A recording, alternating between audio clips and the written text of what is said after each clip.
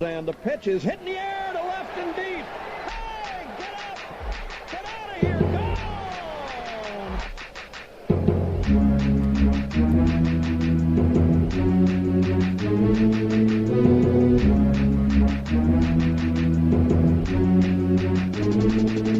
Well, it's been a long time, but the Brewers are back. We got the crew from Milwaukee, and we're on the From the greatest city in the world, Milwaukee, Wisconsin. Hello, everybody. It's Maymaster Brewtown. You are listening to the big show. We call it Brewtownsports. Look first on Twitter and Google Plus, Brewtownsports. Facebook, it's called Mr. Brewtown.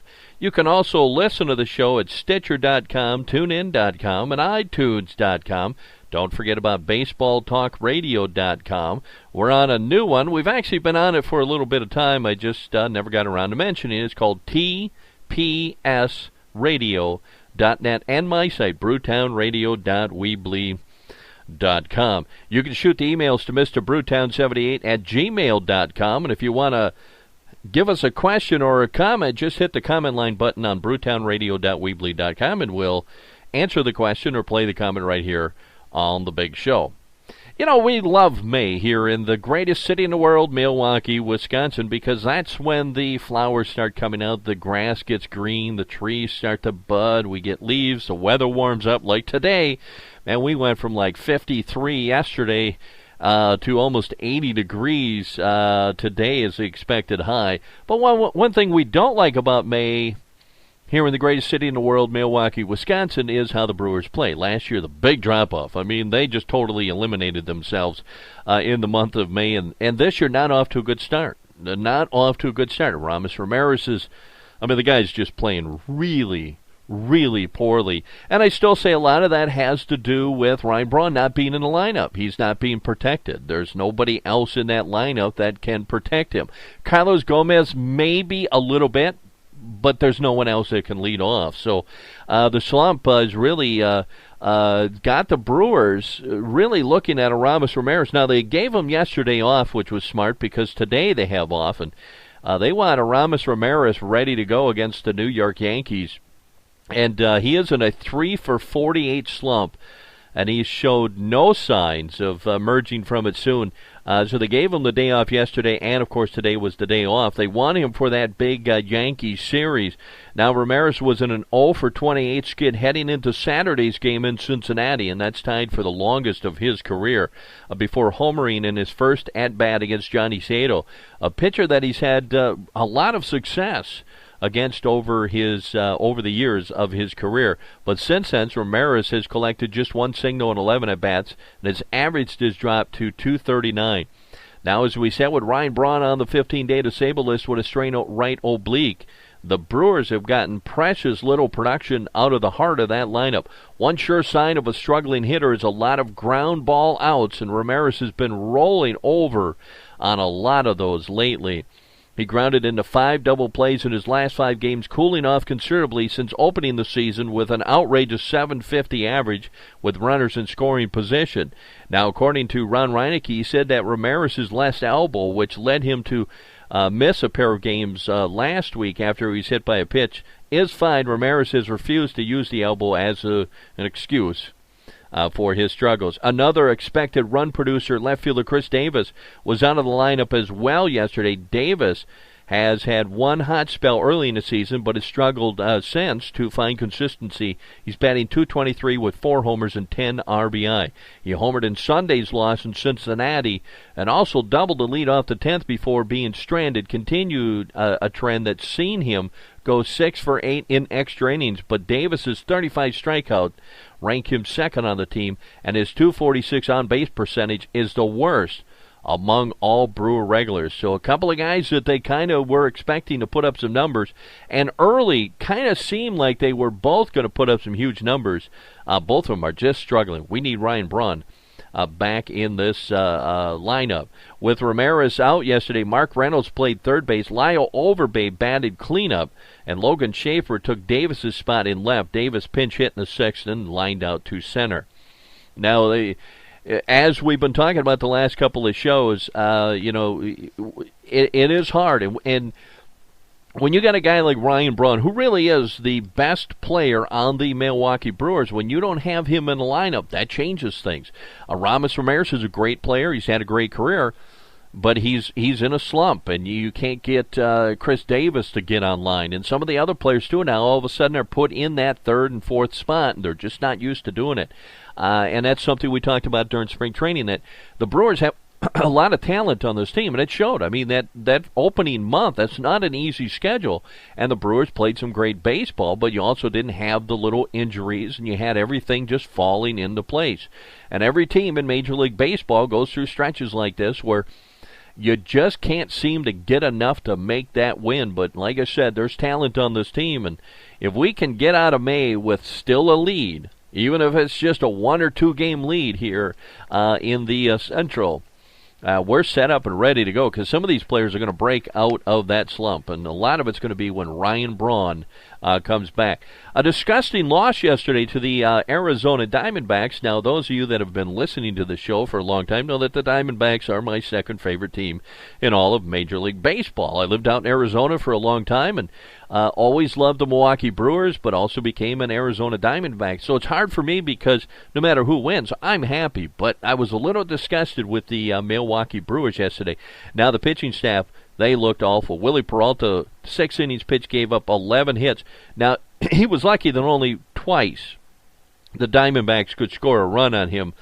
Both were earned. He struck out 3. His ERA now is at 2.17. Still respectable for Willie Peralta.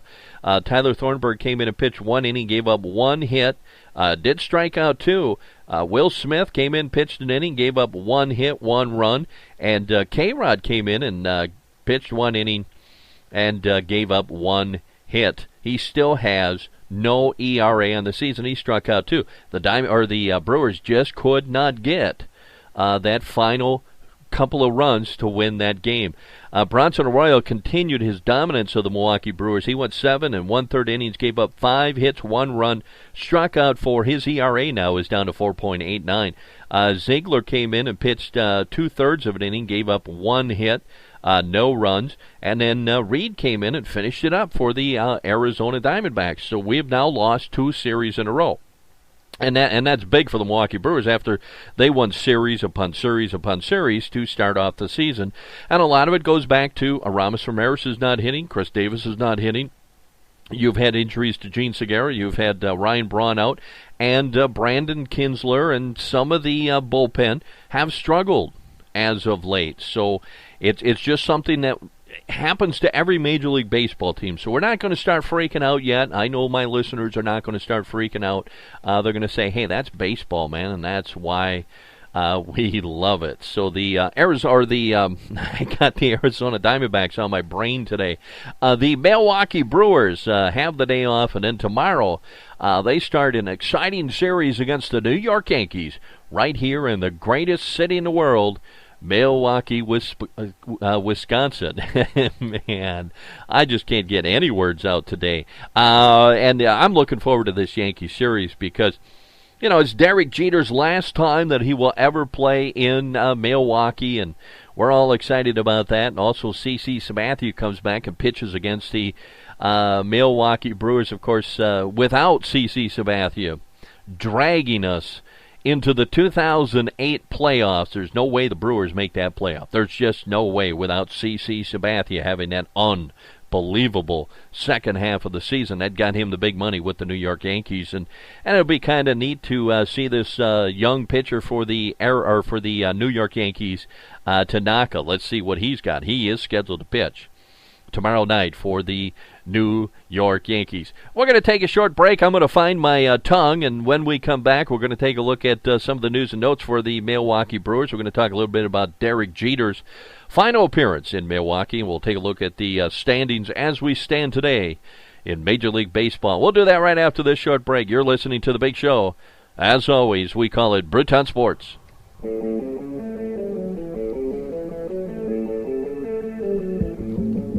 Brewtownsports.podomatic.com. Well, a baseball friend is the best friend that a friend can have. A baseball friend is the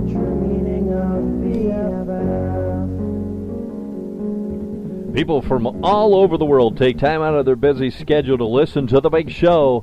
And as always, we say thank you to all the listeners in Wisconsin, California, Pennsylvania, New York, New Jersey, Illinois, Texas, Florida, Georgia, Oregon, Arizona, Maryland, Minnesota, Virginia, Rhode Island, Kansas, Massachusetts, Tennessee, Ohio, Indiana, Delaware, South Dakota, Alaska, New Mexico, Michigan, and in Utah. Overseas, in Russia, the United Kingdom, China, Germany, France, our great friends to the north, Canada, Hong Kong, Taiwan, Costa Rica, Australia, Sweden, India, Israel, Romania, Vietnam, and in Greece. And as always, we say thank you for listening to the big show. What's up, Milwaukee? Let's hear it for your Brewers. Made it to the playoffs. Let me hear you real loud. Go Brewers. Go Brewers. Go Brewers. Go Brewers. Again, go Brewers. Go Brewers.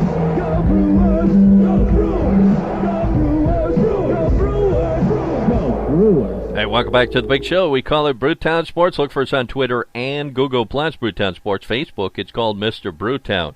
Hey, listen, some Brewers news and notes. You know, Ryan Braun on the 15-day disabled list with a strained right oblique took live batting practice yesterday and remains on target to be reinstated before next week's series against the Pittsburgh Pirates at Miller Park. Carlos Gomez led off the first inning yesterday for the Brewers with an incredible bunt single that rolled down the chalk line almost all the way to first base before kicking back onto the infield grass. Gomez also collected a bunt single in the sixth inning, although that one was to the third base side.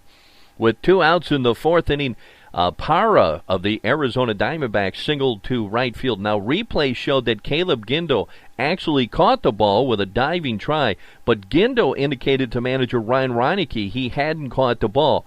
Reineke eventually went out to challenge the call, but because of the delay, it wasn't allowed. Now, according to Ron Reineke, he said, if they give me an I don't know sign, I'll go out there. But he thought the ball bounced, and he pointed to the ground, and that had bounced. I figured he would know, so I didn't go out. So just a little, it happens.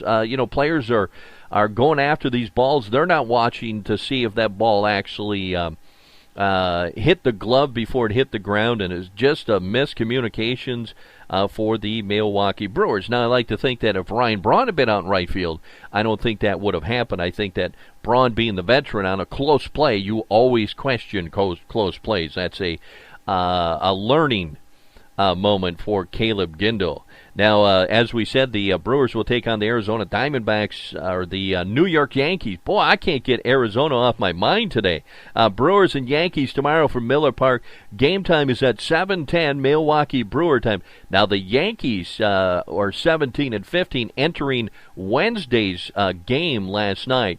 You can catch that game on Fox Sports Wisconsin, Brewer Radio Network, Internet, and on the satellite. If you like pitching, it's going to be a good game. The Brewers have Yovani Gallardo on the mound. He's 2-1 and a 2.47 ERA. He'll, take on New York Yankees pitcher Masahiro Tanaka. He's 4-0 and a 2.53 ERA. And if you're going to break out, you need to break out against Tanaka, because that'll send a message to the rest of Major League Baseball and that the Brewers are for real. And we need to get this offense going. We're not scoring runs.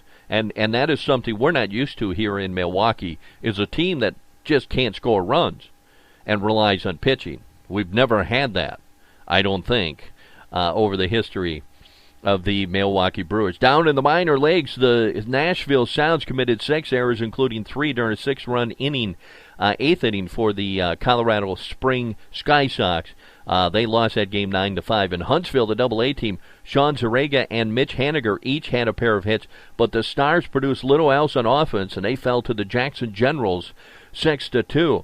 Brevard County Class A, Upper Class A, Damian Magnifico allowed 1 run in 6 innings, and 2 relievers closed the door on the Daytona Cubs as the Manatees picked up a 5-1 victory. Up there in Appleton, Great city, by the way, man. I have not been up to that stadium, but I guess they're doing something right up there. The people up in Appleton, a lot of people from Milwaukee.